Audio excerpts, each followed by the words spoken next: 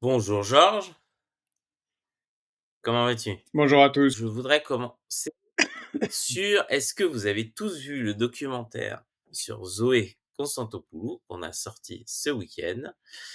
J'espère que ça vous a plu et surtout, j'ai une question alors parce que je vais vous diffuser, très rapidement une petite chose ici. Alors bougez pas, ça dure 2 Donc, minutes. avant qu'on parte, Zoé, on verra la prochaine fois dans le détail le programme, mais on aimerait que tu nous expliques ce logo qui est extraordinaire, le bateau, Cap sur la Liberté, donc le chemin que prend le bateau. Comment est-ce que tu y as pensé? Tout d'abord, il faut te dire que le nom de notre mouvement, parce que Oui, euh, en grec, c'est comment? c'est plevsi, Plefsi, donc c'est un trajet sur la mer, et eleftherias, plefsali. de liberté. Et moi, j'ai inventé le nom et le logo. Personne n'aimait, c'était que moi. Donc, c'est pas une entreprise payée très cher. Non, non, non, c'était Ça, c'est bien. mon imagination. Donc, tu veux que je t'explique? Oui. Donc, on a un bateau avec 6 voiles et chacun de voiles est dans la forme de la lettre D, delta en grec.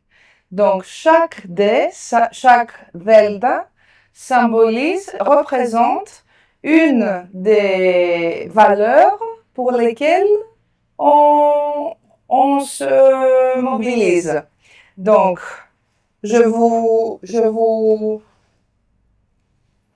hop, on fait encore. Je vous montre. On a la carène de notre bateau et puis nos 6 voiles. Si delta. Δημοκρατία. Democracy. La démocratie. Δικαιοσύνη. La justice. Διαφάνεια. La transparence. Δικαιώματα. Les droits de l'homme. Διαγραφή του χρέους. Abolition de la dette. Et διεκδίκηση των γερμανικών οφειλών, la revendication des réparations de la part de l'Allemagne pour les crimes des nazis. Donc, là, c'est notre bateau avec les 6 voiles. Merci Zoé, c'est génial.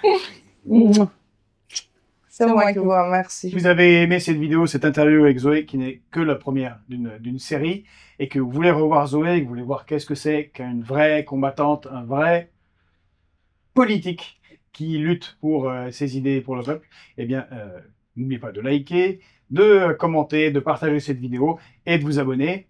Et vous aurez bientôt à nouveau Zoé avec vous en français. Merci encore. C'est moi qui te remercie. À bientôt.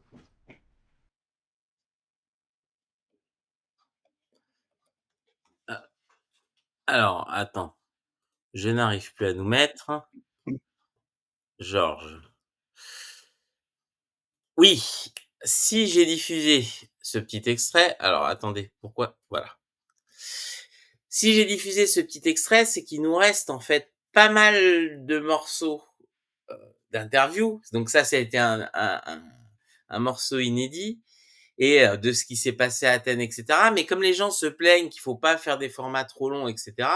Moi, je voulais l'avis en fait des gens du chat pour savoir est-ce que vous voulez que je fasse une version plus longue avec encore plus de matière puisqu'on en a quand même pas mal, puisque voilà. Donc si vous vous êtes d'accord, on a plein de petites séquences inédites comme ça de nos pérégrinations à Athènes, et donc je vous propose qu'on refasse une version plus longue, si bien sûr ça vous plaît.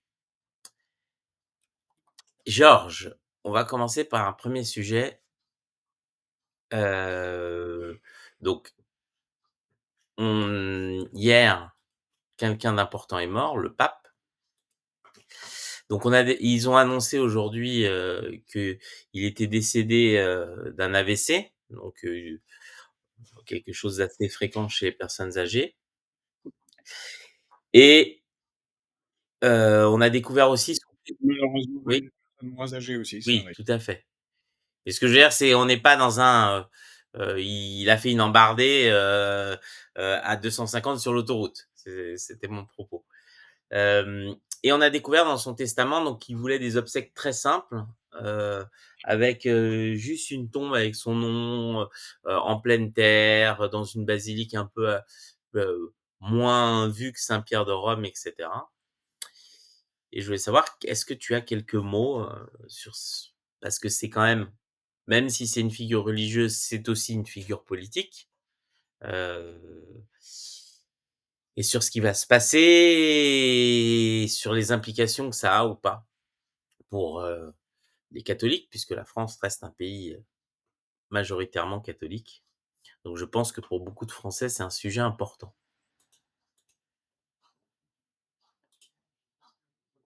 Ah, Georges? Oui, je suis J'ai là. un souci de partage d'écran aujourd'hui. Oui, j'ai écrit un texte assez long sur Facebook concernant le décès du pape. Donc oui, j'ai un certain nombre de choses à dire. Et encore, je n'ai pas tout écrit. Oui, c'est une figure religieuse, c'est le chef de file des catholiques. Mais comme tu l'as dit, il est aussi chef d'État du Vatican. Et le Vatican a joué et joue un rôle important dans les événements géopolitiques mondiaux, malgré la petitesse de son territoire et malgré le fait que Staline ait dit le Vatican combien de divisions. Alors, c'est pas exactement en termes militaires que l'influence du Vatican se fait, et avoir tel ou tel pape, eh bien, a des conséquences sur le monde, au-delà de la question de la foi chrétienne. Donc, on ne va pas aborder ici ce sujet-là, c'est de l'ordre de la foi, même si en fait, si, j'ai abordé, c'est pas vrai ce que je vous dis. J'ai trouvé ce pape, moi, très intéressant. Pour ceux qui s'intéressent aux religions, et spécifiquement au christianisme, il a cette particularité comparée à beaucoup d'autres papes, d'avoir réintroduit les évangiles. Et j'en veux pour preuve qu'hier, un archevêque qui était interrogé, je roulais à travers la France hier, un archevêque qui était interrogé sur France Info, ou peu importe, disait évidemment oui, c'est terrible, c'est triste, c'est un grand pape, mais il a souligné le fait que il avait une certaine rigidité par rapport aux évangiles. Parfois, nous n'avons pas été d'accord avec lui. Pour qu'un archevêque dise on n'était pas réellement toujours d'accord avec le pape le jour de sa mort, il faut qu'il y ait eu des difficultés. Et ça m'est revenu en roulant. Moi, ça m'avait énormément marqué. C'était son deuxième Noël. Juste avant son deuxième Noël, le 22 décembre 2014. Ça remonte, hein. C'était maintenant il y a 11 ans, donc tout au début de son mandat pontifical, il avait attaqué la curie romaine d'une manière qu'on peut imaginer que dans des romans ou des films. Alors la curie romaine, c'est la réunion des cardinaux, ils reprennent un terme romain, de l'époque romaine. La curie romaine, c'est le rassemblement des princes de l'Église, et ils les avaient attaqués en disant qu'ils étaient sortis des évangiles, qu'ils ne respectaient plus, qu'ils étaient dans une logique de richesse, de, d'hubris, et bref, qu'ils n'étaient pas dans le message chrétien dur des évangiles. Et on avait là une lutte qu'il y a au sein de l'Église romaine catholique depuis longtemps, et dont a très très bien parlé l'immense écrivain italien Umberto Eco dans Le nom de la rose. C'est un livre extraordinaire. C'est aussi un film extraordinaire avec Sean Connery, et où on voit cet affrontement entre deux visions de l'Église, parce qu'en dehors de l'affaire policière dans Le nom de la rose, il y a l'affrontement entre les princes de l'Église qui veulent le faste de l'Église, la puissance pour que les gens obéissent et suivent, et puis euh, le dominicain qui est joué par Sean Connery, et les dominicains, les franciscains, qui eux veulent que, eh bien, on revienne à des évangiles texte des évangiles et que les premiers seront les derniers, bref, le message du Christ. Bon. Or, le pape François, il a choisi son nom François en raison de Saint François d'Assise. C'est pas pour rien. Et donc, il y a une remise sur le devant de la scène des termes, enfin des catégories qu'on pourrait penser normales en fait pour un pape chrétien, à savoir s'occuper des pauvres, des déshérités, aussi des migrants. Bon, ça a quand même agacé les princes de l'Église et ceux qui ont un rapport beaucoup plus de pouvoir au sein du Vatican que de nettes relations chrétiennes les uns avec les autres. Donc, c'était intéressant avec ce pape-là. Alors évidemment, il y a eu des critiques, y compris de certains sur ce que j'ai écrit. Et oui, le pape, c'est pas le président de la France, c'est pas un militant laïque. Il est pape de l'Église catholique, apostolique et romaine. Alors catholique, ça vient d'un mot grec qui veut dire universel. Donc, toujours eu un affrontement, y compris sous les rois, entre le pouvoir séculier français et le pouvoir qui se voulait universel, impérial, d'une certaine manière, et moral et séculier, de l'Église romaine. Bon, bah, il est pape, donc lui, évidemment, son problème, c'est pas les questions de souveraineté des nations, et encore moins celle de la France. Donc, évidemment, dans la logique des évangiles, il défend les migrants. Il n'y a rien d'anormal, et au moins, encore une fois, c'était en relation avec le message des évangiles. Mmh. Euh, L'autre point, certains ont critiqué le fait qu'il soit pas dans un avion qui l'emmenait quelque part. Il avait dit ah quand même les gens de Charlie Hebdo c'était pas bien de les assassiner, mais il faut pas provoquer les religions comme ça. Ah oui, qu'est-ce que vous voulez qu'ils disent d'autre? Encore une fois, c'est pas un militant laïque. On n'est pas d'accord avec lui, mais c'est le pape. Hein.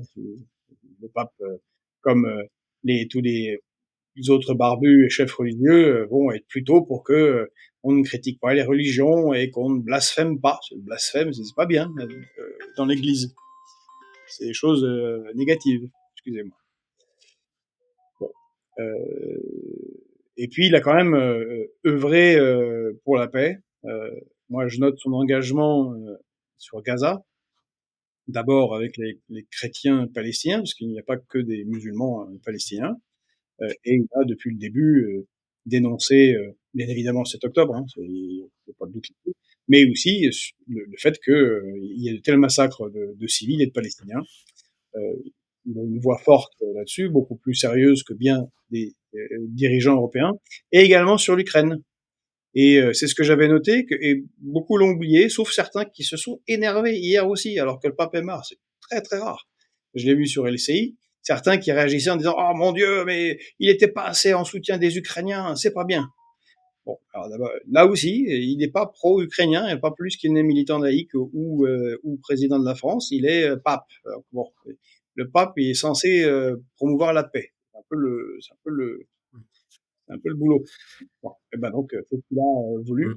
Ouais, pardon. Non, non, si C'est bon. je peux me permettre, il y a Tu peux toujours te permettre il y a tout, 2 points. Bruno. Alors déjà, c'était le premier pape latino-américain. Alors c'est important parce qu'aujourd'hui, même si, la foi chrétienne est née en Occident, elle est beaucoup plus présente en dehors de l'Occident que, en Occident. En particulier, en Océanie avec les Philippines, mais aussi, comment ça s'appelle? En Amérique latine, hein, sur tout le continent latino-américain, le Mexique, le Brésil, En Afrique. l'Argentine et en Afrique. Donc effectivement, c'était bien que le reste du monde, qui quand même aujourd'hui porte la foi catholique, soit représenté. Malgré tout, moi je sais que j'étais très critique parce que, alors c'est peu dit ici, mais donc c'était un pape jésuite. Mais ce que les gens savent peu, c'est que pendant l'opération Condor en Amérique latine, les jésuites ont été, et en particulier l'Opus Dei aussi, a été fer de lance de la lutte euh, avec les dictatures fascistes contre les opposants de gauche. Et donc les jésuites ont eu leur grande part dans les dénonciations et dans l'extermination de beaucoup d'opposants politiques. Donc ça, bon, je ne dis pas que lui était directement responsable, mais c'est un peu comme Joseph Ratzinger dans sa jeunesse. il y a des passés troubles. Ce qui est sûr, c'est que alors j'ai vu dans les commentaires quelqu'un qui a parlé des œufs Kinder et je te remercie Georges de ne pas être tombé dans la grotesquerie, je vais appeler ça comme ça, d'un autre chef de parti souverainiste qui a traité l'offre d'œufs Kinder du pape aux enfants de G. Evans d'acte diabolique, marquant la fin de son pontificat. C'est vraiment, je pense qu'il y en a certains, à force de vouloir inventer des complots et vouloir se faire remarquer, racontent n'importe quoi et ceux qui parlent régulièrement de l'Union des souverainistes devraient lire ce genre de choses et se dire pourquoi on ne peut pas faire alliance avec des gens qui racontent n'importe quoi. Je suis désolé, alors tu n'as pas vu, C'est vrai que mais non, mais évidemment, je n'aurais pas parlé de ça, Pedro. Pas plus que certains, j'ai vu, critiquaient le fait qu'il c'était un sataniste parce il avait promu le vaccin satanique. On est vraiment dans le délire total, mais pourquoi pas. Non, non, on parle sérieusement ici. Donc effectivement, c'est d'une certaine manière. Euh, euh, alors je rebondis sur ce que tu as dit, qui est important. On l'a considéré comme le pape des BRICS. aussi. C'est pas pour rien. Même si l'Argentine, finalement, n'est pas dans les BRICS, en raison de ce qu'a décidé le président un peu cinglé néolibéral Milei.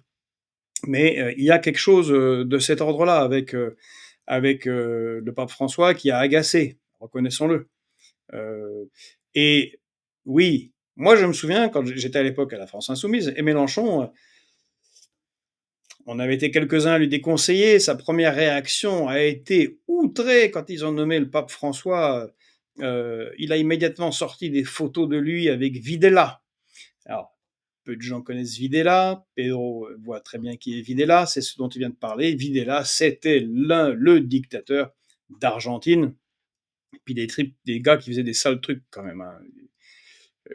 En Argentine, eux, leur truc, c'était de prendre les opposants, de les emmener en hélicoptère, puis de les lâcher au-dessus de la mer. Bon, une forme d'originalité, c'est un peu cher comme exécution. Mais visiblement, ça les faisait. Pourquoi c'est marié. Et oui. Ah, tu frises un peu, Georges. Mais voilà. Donc, l'Église euh, missionnaire. Georges, attends une seconde. Attends. On t'entend plus.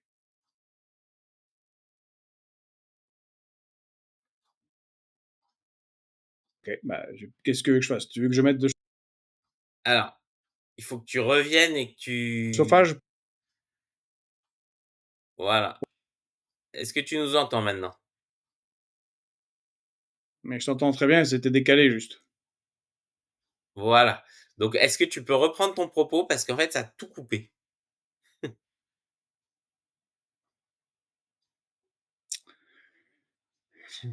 Euh, ok. Donc après Mélenchon Je qui a disais, tu as montré raison. après les hélicoptères. Bon, voilà. Donc, je disais, oui, les responsables de l'Église ne sont pas toujours des révolutionnaires. Hein. C'est pas l'idée. Et donc, l'Église est une institution qui continue, y compris quand il y a des moments qui ne sont pas les plus démocratiques et les plus propices. L'Église orthodoxe a continué sous Staline, ça n'a pas été toujours simple, des fois c'était plus simple, des fois pas simple. Il y a des compromissions toujours, évidemment, mais on peut reconnaître au pape François d'avoir aussi intégré un bout de théologie de la libération.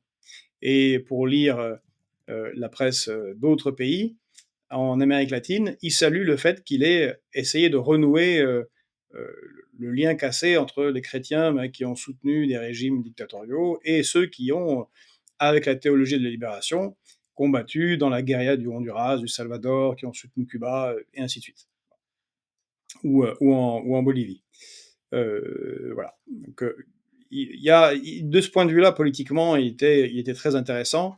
Et déjà se sont mis en place les cardinaux les plus réactionnaires, les plus old school, les plus atlantistes, les plus... Il faut savoir quand même que le Vatican a joué un rôle dans la guerre en Yougoslavie en soutenant avec l'Allemagne la Croatie, renouant avec un passé particulièrement sombre à l'issue de la Deuxième Guerre mondiale, en étant un des canaux d'évacuation vers l'Amérique latine, justement, des nazis d'Europe, en particulier des Balkans, et en particulier de Croatie. Bon, on a un pape qui était quand même un peu différent. Et encore une fois, il était pape, hein, donc c'est pas un laïc, hein, c'est pas un révolutionnaire bolchevique, c'est pas non plus, voilà, c'est un pape. Il fait un boulot de pape. Bon, il a aussi, donc Camillo. Il a aussi, donc tu m'as coupé, mais pour une bonne raison.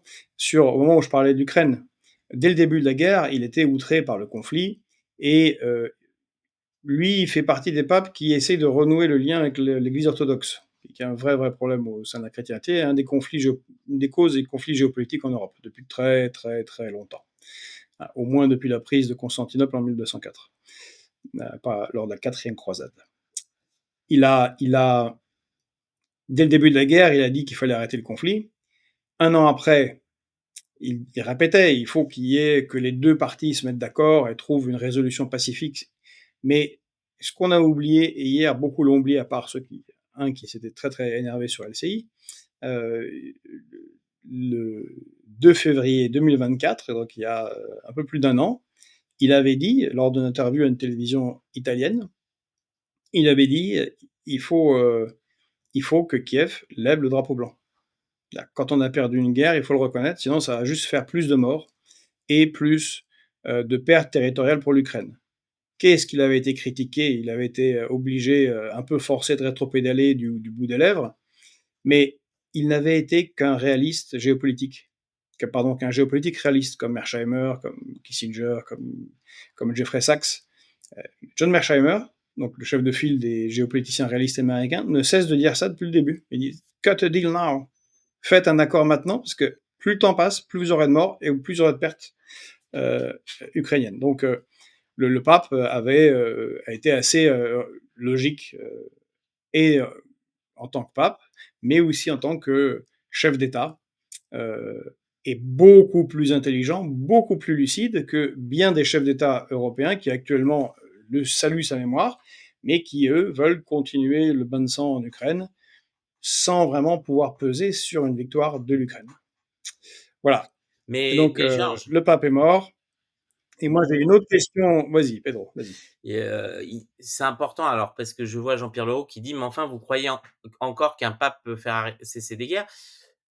Je ne sais pas si les papes peuvent faire cesser des guerres, mais le pape est un soft power important. Il faut se rappeler Jean-Paul II, qui au moment où il a été nommé, il a été nommé pour justement le premier pape polonais dans un pays communiste, a servi de lutte contre le communisme et contre l'Union soviétique. C'était donc il y a une symbolique forte dans le choix des papes, il y a une symbolique politique au-delà de la question religieuse. D'ailleurs, ça va être très intéressant de voir, à mon avis, qui ils vont désigner puisque alors, nous en Europe, on parle beaucoup de papes européens, mais apparemment il y a des Philippins, où il y aurait d'autres latino-américains, des Mexicains, des Brésiliens, puisque c'est des églises très puissantes, hein, aujourd'hui et que justement, le pape François a nommé beaucoup de cardinaux de ces coins-là. Donc, c'est pas sûr que les Européens soient si en tête de gondole que ça, puisque il y a des enjeux ou par exemple un pape africain. Je sais qu'il y a une figure qui apparaît beaucoup, qui est un pape très du moins un cardinal très conservateur, mais qui a l'air de plaire beaucoup. À voir, mais il y a quand même un jeu politique derrière et il faut pas se leurrer, même si le pape arrête pas directement les guerres, il est écouté. Et ça est déjà, le fait d'être écouté, c'est important. Et je vois que certains lui ont reproché beaucoup la question du vaccin. Faut savoir une chose, je pense qu'il n'a pas voulu tomber dans l'écueil de Jean-Paul II, qui justement à l'époque du sida avait dit il fallait pas se protéger. Et on lui avait beaucoup reproché, puisque justement il avait compliqué largement la lutte contre le sida en Afrique, parce que ses propos sur le fait que le préservatif c'était mal, etc., a fait que dans certaines populations c'était difficile de limiter la contamination. Donc je pense son propos est aussi lié à ça. C'est-à-dire qu'il voilà, il est dans une logique un peu plus, réfléchie et moins dogmatique que ses prédécesseurs. Maintenant, on va enchaîner parce qu'il y a beaucoup de sujets. Ah, l'INSEE nous dit: «Les chefs religieux ont beaucoup de pouvoir psychologique». Par exemple, en Iran, Mmh, c'est le pouvoir religieux qui, du moins on pense, refuse la bombe mmh. atomique. Non, non, c'est pas du moins on pense. On a une ligne de front en retard sur, ce qui se passe en Iran. Vous avez entièrement raison, Lizzie. Il y a une fatwa en Iran. Il y a une fatwa, de l'ayatollah Khomeini interdisant la production d'armes nucléaires. Et ça joue énormément dans la question de la production ou pas de la production d'une arme nucléaire en Iran. C'était l'aparté par rapport à cette remarque. Alors, j'aimerais que tu t'expliques sur un tweet que tu as fait, Georges, parce qu'il y a eu un article dans le Nouvel Obs, heu, sur Marine Tondelier et en particulier, le fait que Marine Tondelier, donc on a découvert qu'elle était, justement, elle avait une foi chrétienne, mais pas juste pratiquante, elle était très pratiquante. Et justement, tu as fait un tweet, toi, où tu t'interroges sur justement, les questions, heu, alors je ne sais pas pourquoi ça déconne ce matin, sur les questions, de laïcité, puisque justement on sait que Marine Tondelier est très, complaisante avec, le voile, avec un certain nombre de choses. Et justement, on peut se demander si quand on est trop religieux, il s'agit pas d'être, on va dire d'avoir la foi ou quoi que ce soit, mais quand on est dans une logique de radicalisation religieuse, comment on peut défendre la laïcité?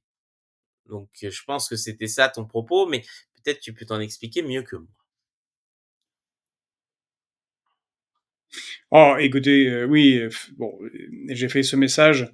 C'est vrai que j'ai une dent sévère contre les Verts. Voilà, je reconnais. ELV, ça doit être l'un des partis de France qui m'énerve le plus.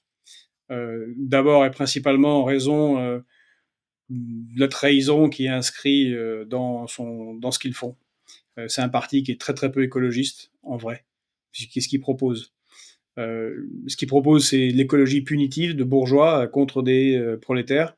En particulier, en ce moment, ils s'illustrent sur les ZFE. Ils en ont rien à foutre que ça emmerde les Français, en particulier de la France périurbaine, mais c'est leur truc. Truc de centre-ville, de bourgeois. Bon, très bien.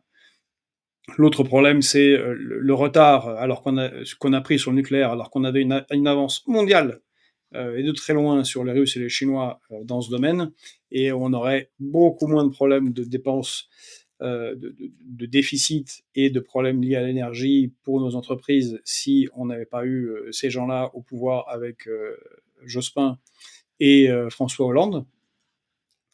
Et quand on voit ce qui s'est passé en Allemagne, l'arrêt du nucléaire, et qu'on sait, pour ceux qui aiment bien traquer les, les, les influences russes, que les Russes ont beaucoup, beaucoup, beaucoup financé les associations écologistes allemandes, et pourquoi pas françaises, qui ont lutté contre le nucléaire. Bon, voilà. Et puis, l'autre troisième aspect qui m'agace énormément chez ELV, c'est que c'est le premier parti de France, loin devant le Parti socialiste, de traîtres qui retournent leur veste et qui deviennent macronistes. Franchement, des Pimpoli de Rugy, c'est pas Pimpoli, comment elle s'appelle, Placé, enfin, la liste est extrêmement longue de leaders verts qui, bon, finalement, en fait, font du greenwashing et ça s'accorde très bien avec le capitalisme. Voilà. Et puis ils sont européistes à mort. Ils sont pour la fin de la nation française, donc je les aime pas beaucoup. Et donc on apprend que Marine Tondelier est catholique pratiquante, mais profonde. Alors, je précise que tout cela est très bien. Il n'y a aucun souci à ce qu'elle soit catholique pratiquante. Elle fait ce qu'elle veut dans la vie privée. Et oui, la laïcité protège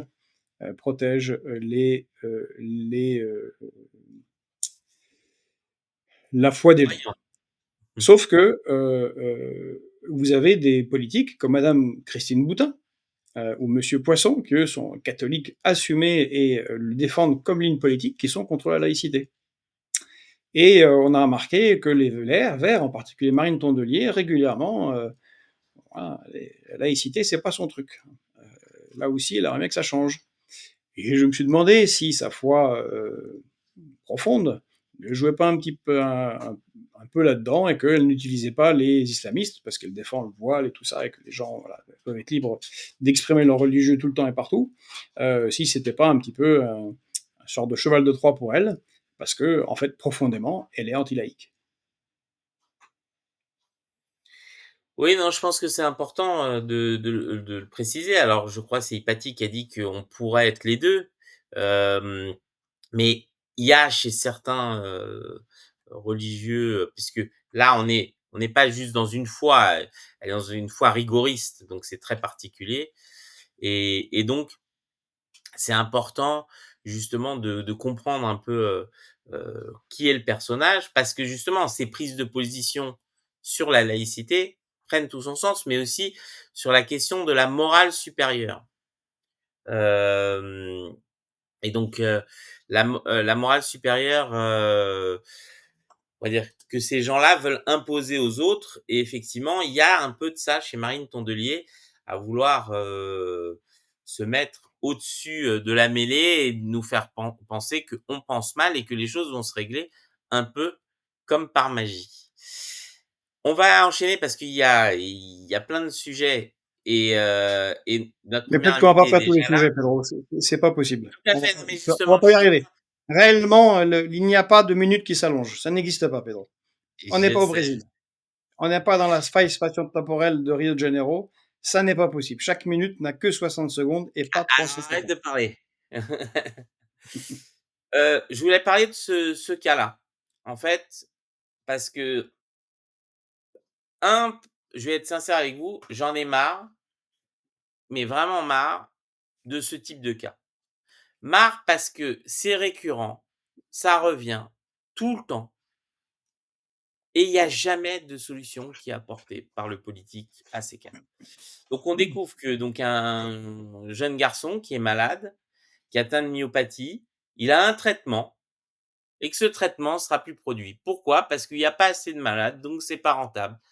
Et comme on est dans un pays qui, au lieu d'ouvrir les brevets sur les médicaments, bah, les laisse, heu, au bon vouloir des labos, bah, les labos, quand il y a plus d'argent à se faire, bah, ils arrêtent et donc potentiellement, il y a des malades qui vont mourir et comme on n'a pas d'industrie aussi pharmaceutique en France, bah, voilà.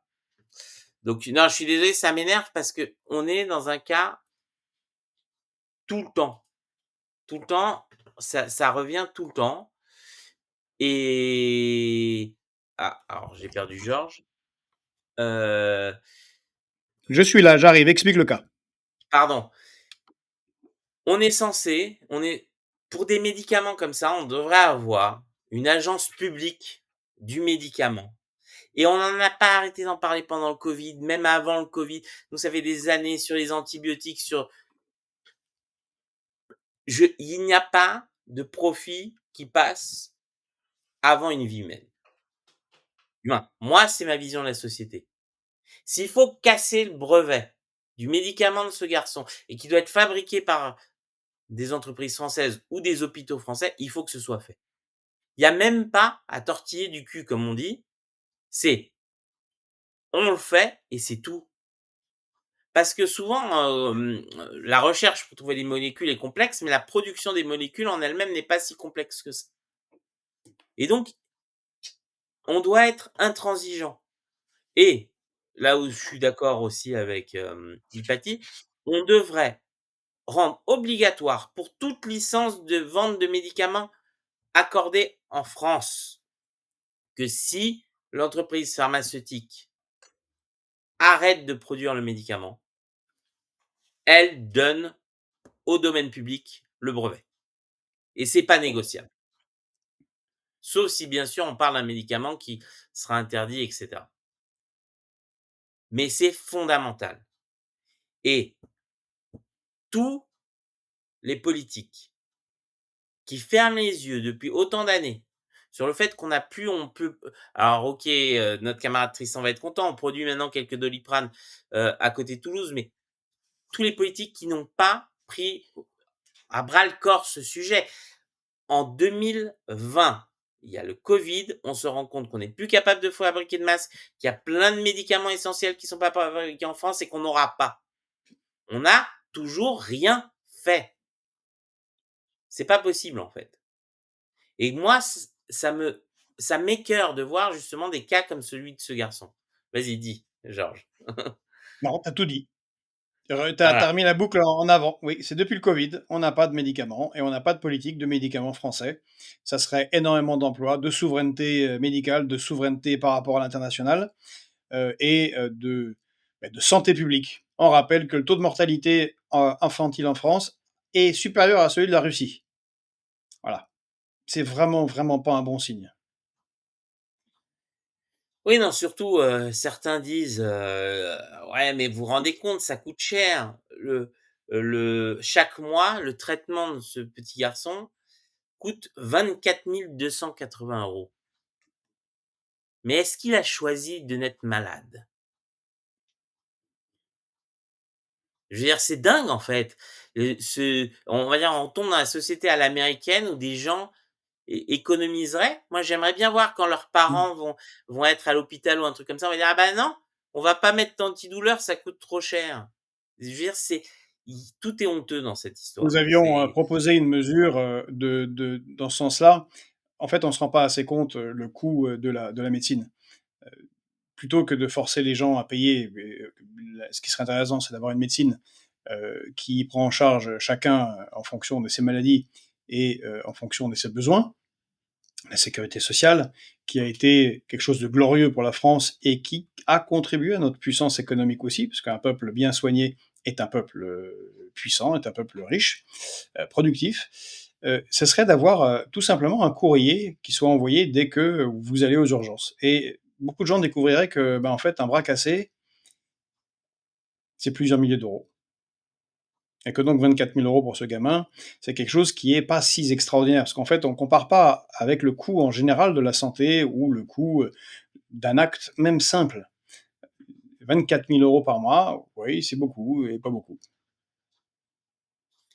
Ce qui est sûr, c'est que si la maman, de ce petit Bastien veut venir parler à notre antenne, bah, elle est invitée parce que c'est vraiment c'est un combat que toi, Georges, que moi, qu'on est nombreux à porter depuis des années et je pense que c'est fondamental d'en parler et de dénoncer ça et d'essayer de faire changer les lignes sur ce sujet-là. Alors, on va, enchaîner. Alors, attendez juste un instant. Genre, je te mets le sujet, mais apparemment, j'ai quelqu'un qui fait un truc et qui ça bouge mon ordinateur, donc je crois que j'ai un enfant qui me troll. Alors, un instant. Tac, voilà, ça va être réglé. Donc oui, alors il y a beaucoup à dire, mais peut-être qu'on va garder, il y avait cette question aussi qui t'avait outré, Georges et donc je vais essayer de le passer ici. Donc mais c'est aussi parce que malheureusement, comme il y a plus de moyens, bah, voilà ce qui se passe. On n'est même plus capable d'incarcérer les gens. Donc il y a un homme qui a été soupçonné de viol donc sur mineur dans une piscine à Lyon. Donc il se fait prendre, quasiment en flagrant délit.